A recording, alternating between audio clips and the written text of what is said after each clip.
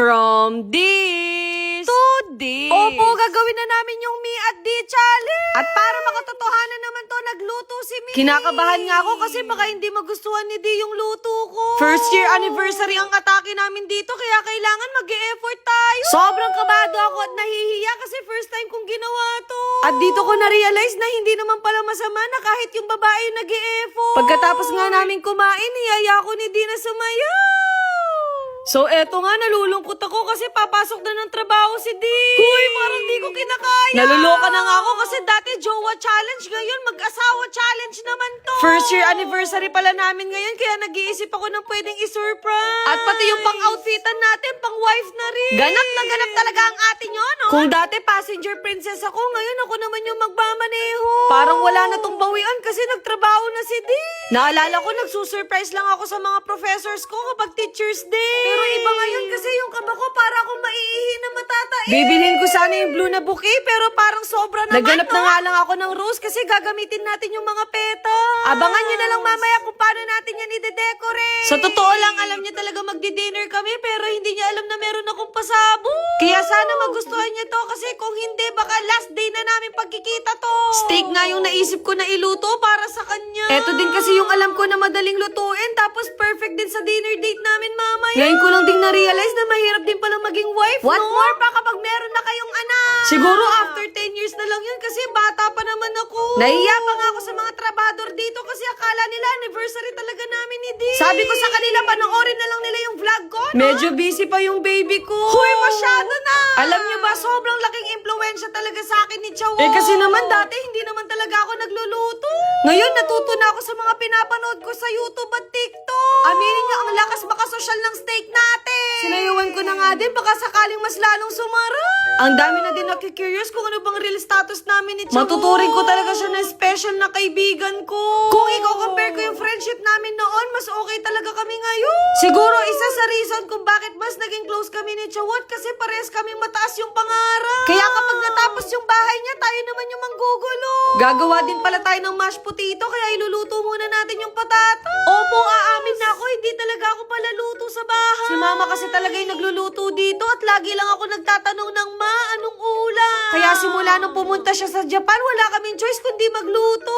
Naglagay na ako ng butter. Green beans na lang yung nabili namin kasi walang asparago. Pero hindi naman Maarte yun, kaya siguradong kakainin niya pa rin to. Oo, ano, pwede na ba akong mag-asawa? Huy, wag muna. Ngayon, iluluto naman natin yung steak. Yung gusto ko talaga sa doneness ng steak, yung medium rare. Kasi para sa akin, mas lumalabas yung natural na lasa ng karne. At para sa akin, mas malambot siya. Dalawa na nga yung lulutuin ko para siguradong hindi siya mabitin. Kilala ko pa naman yun kasi malakas yung kumain. Ngayon ko lang na-realize na meron pala kaming apron. Pasensya na kayo dahil baguhan pa lang akong cookeries, no? At sakto, naluto na rin yung mga patatas natin. Tinidor na nga lang yung ginamit kong pang smash kasi wala akong gamit dito. Naglagay na din ako ng all-purpose cream kasi kung hindi ako maglalagay, hindi na yan mashed potato. Pati na rin milk, salt, and pepper. Opo, imemekos-mekos lang natin yan. Grabe ang effort talaga ni Mi. After ko nga ma-taste test yung luto ko, nakalimutan ko yata yung pangalan ko. Ang Erica nyo, napaka-OA. Ngayon, gagawa naman tayo ng mushroom gravy. Naninibago nga ako kay Dick kasi kapag ganitong oras, nagbe-message na yun. Baka biglang dumating yun, masira yung surprise, no? Sakto, bigla na siyang nag-message na pauwi na daw siya. Sa puntong to, natataranta na ako kasi ito pala yung nagagawa ko. Hindi ko nga natansya yung pagluluto ko sa steak, kaya sana juicy pa rin to.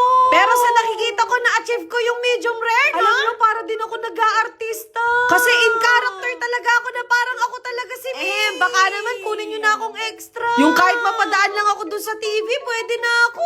Eto pa naman yung medyo complicated, yung pagpiplating. Kailangan aesthetic yung paggagawa para kahit hindi masarap okay lang yun. Na para bang ice cream tong mashed potato ko, At no? finally, natapos din tayo. Pwede na talaga mag-asawa si From This to This.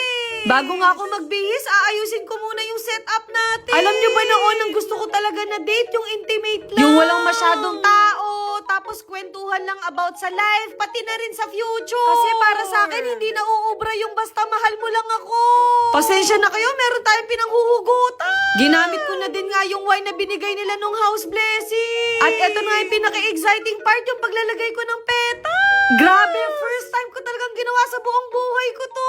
Parang gusto ko nang magpakain sa lupa. Tinulungan din kasi ako ni Bunso na mas maganda ko maglagay daw kami ng candle. Yung atake namin dito parang Valentine. Naisip ko pa lang na mapapanood ng parents namin to, nahihiya na ako. Kung nanonood man po kayo, i-auto-skip nyo na lang. Literal na ang lakas makaromantic ng ginawa natin. Hindi ko na rin kinakaya yung amoy ko, kaya magbibihis na rin ako. Naisip ko nga mag-blue para kiligin naman si Dee. Grabe, ngayon ko na lang ulit naramdaman yung kinakabahan ako sa susuotin ko. Na para bang matatay ako sa kabahan. Sabi niya sa akin, lumabas na daw ako, pero nabigla ako, meron siyang pa-flower. Parang hindi na yata ako mapapasana ulan. Huy, hindi pwede.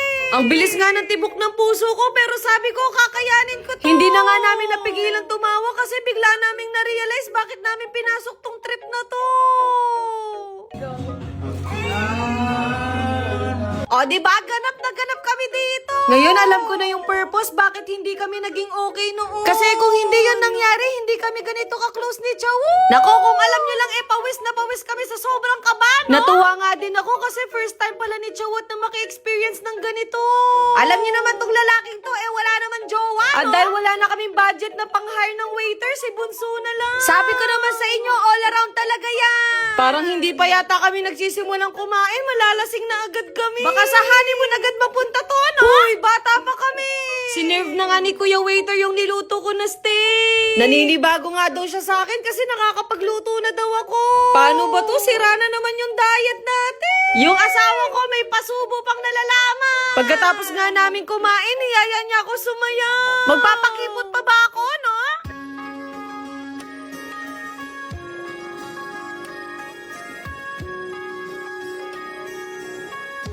Grabe, kahit ako kinikilig ako sa video. Ibibigay ko na nga sa asawa ko etong cake na pinrepair ko. Sana talaga nawala yung pagod niya sa surprise natin, no? Basta ang wish ko, sana maulit pa to. Huy, hindi ganon. Ayun lang.